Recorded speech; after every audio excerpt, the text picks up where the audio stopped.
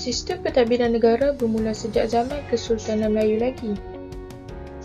Namun, sistem pentadbiran negara kini disesuaikan dengan keadaan semasa.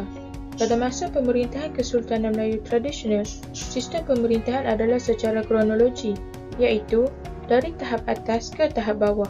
Tahap tertinggi dalam sistem pentadbiran sentiasa ditadbir oleh golongan atasan yang dianggap mendapat restu daripada Tuhan, manakala yang mengikut perintah adalah daripada golongan bawahan. Raja merupakan ketua negara dan keturunan raja sahaja yang akan memerintah negara tersebut. Tidak ada sebarang proses pemilihan pemerintah yang dilantik daripada golongan bawahan. Pemerintahan pada masa itu adalah berbentuk monarki.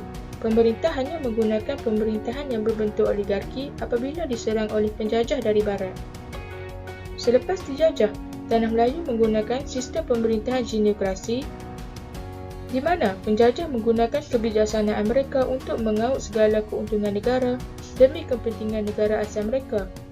Tindakan mereka ini telah menyebabkan sistem pentadbiran negara berubah-ubah sehingga raja di negeri Tanah Melayu tidak mempunyai kuasa untuk memerintah negara. Sebaliknya, hanya menjadi penasihat adat istiadat dan perkara yang berkaitan dengan agama sahaja. Apabila British memerintah Tanah Melayu, sistem pentadbiran negara di Tanah Melayu telah menjadi klon kepada sistem pemerintahan British.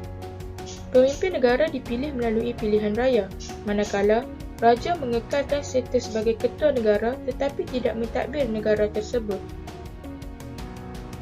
Sistem dualisme yang melibatkan rakyat biasa dengan keturunan raja mula diamalkan selepas penjajahan British. Kedudukan raja dikekalkan pada tahap tinggi, manakala rakyat memainkan peranan penting untuk mentadbir negara dengan mendapatkan sokongan melalui pilihan raya. Struktur pentadbiran kerajaan Malaysia terdiri daripada 3 bahagian, iaitu kerajaan persekutuan, kerajaan negeri dan kerajaan tempatan. Kerajaan persekutuan. Sistem kerajaan persekutuan di negara kita merangkumi yang di-Pertuan Agong, Majlis Raja-Raja dan komponen pentadbiran yang terdiri daripada kehakiman, eksekutif dan perundangan. Setiap komponen ini amat penting dalam memastikan sistem pentadbiran dijalankan dengan baik. Yang di-Pertuan Agong merupakan raja berperlembagaan dan ketua negara. PDPA ini dibantu oleh kuasa eksekutif yang terdiri daripada Perdana Menteri dan menteri-menteri lain.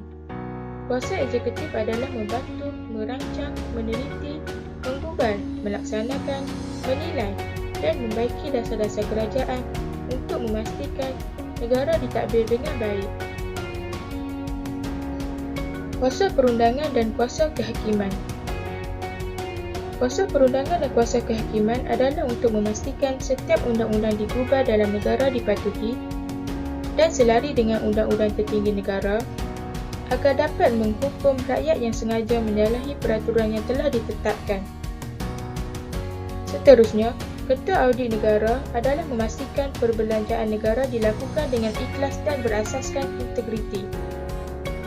Manakala, Majlis Raja-Raja adalah mengawal kuasa dan pentadbiran raja-raja. Faktor Putrajaya dijadikan pusat pentadbiran kerajaan persekutuan. Terdapat beberapa faktor mengapa Putrajaya ini dijadikan sebagai pusat pentadbiran kerajaan persekutuan.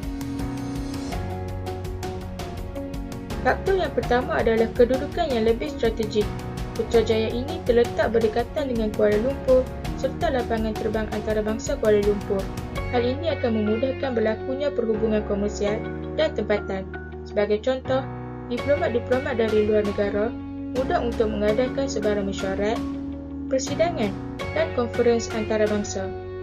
Oleh hal yang demikian, mereka tidak perlu menghadapi kesesakan lalu lintas yang teruk. Faktor yang kedua adalah sistem pengangkutan. Sistem pengangkutan di Putrajaya lebih cepat berbanding di Kuala Lumpur. Sistem pengangkutan di Putrajaya adalah lebih berkesan kerana menggunakan rekaan dan teknologi terkini. Sistem pengangkutan di Putrajaya berkembang dengan adanya bas-bas pengantaraan dan LRT serta jaringan lebuh raya yang lebih canggih.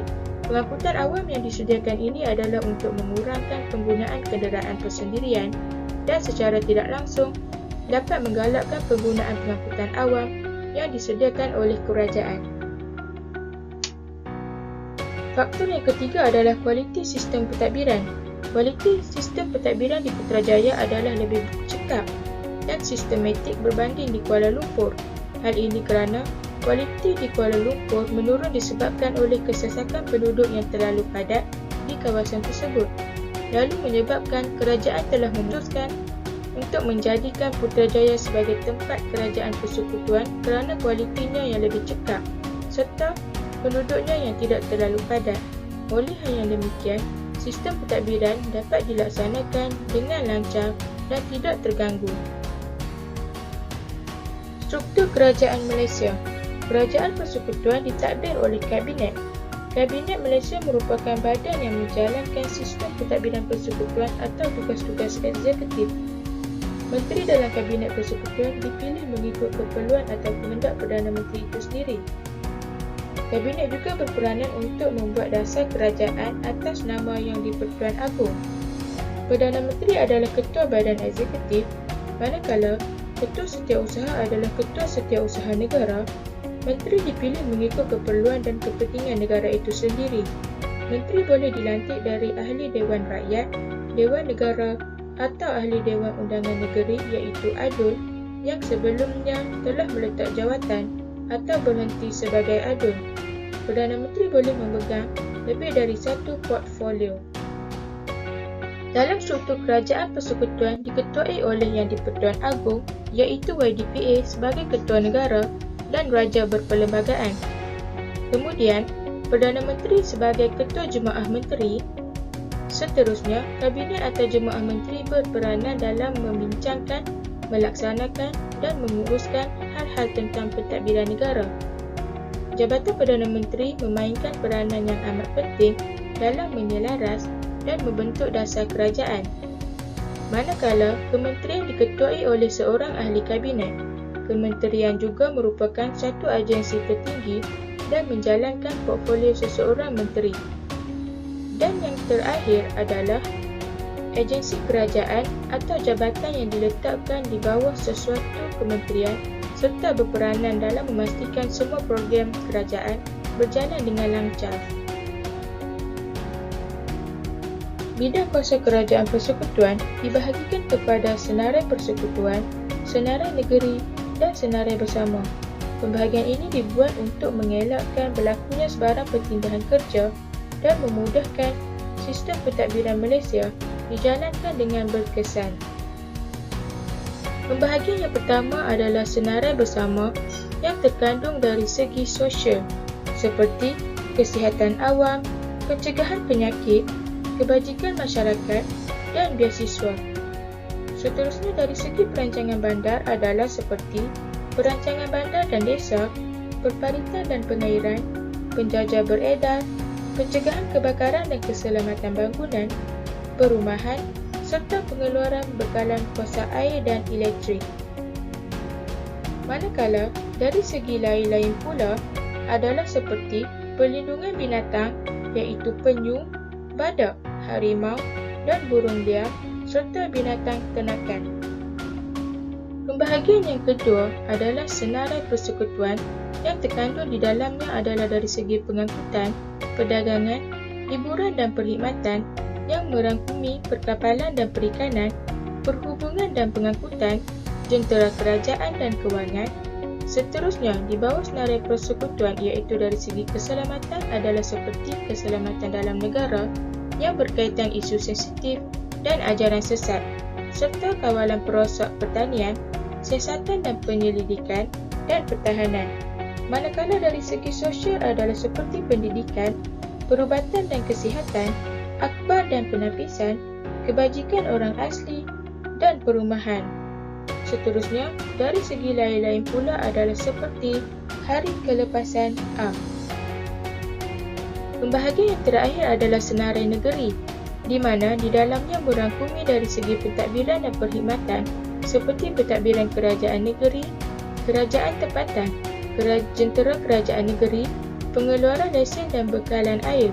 Manakala di bawah senarai negeri dari segi pertanian, tanah dan lombong, merangkumi pertanian dan perhutanan, penyu dan penangkapan ikan di sungai, serta tanah lombong dan artifak.